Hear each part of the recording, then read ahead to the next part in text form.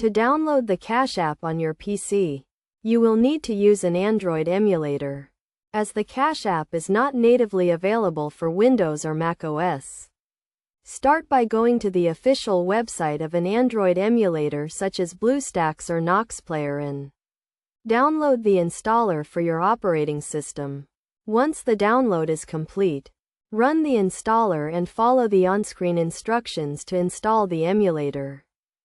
After the installation is complete, launch the emulator and sign in with your Google account to access the Google Play Store. In the Play Store, search for Cash App and click on the Install button to download and install the app. Wait for the installation to complete.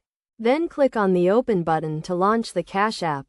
When you launch the Cash App for the first time, you will be prompted to enter your phone number or email address to create an account or log into an existing one. Follow the on-screen instructions to complete the registration process, which may include verifying your phone number or email address. Once you have created an account or logged in to an existing one, you can use the Cash App on your PC to send and receive money, invest in stocks, and access other features. Keep in mind that the Cash App on your PC will have the same functionality as the mobile app, but the user interface may be slightly different due to the larger screen size. To ensure the security of your account, make sure to use a strong password and enable two-factor authentication.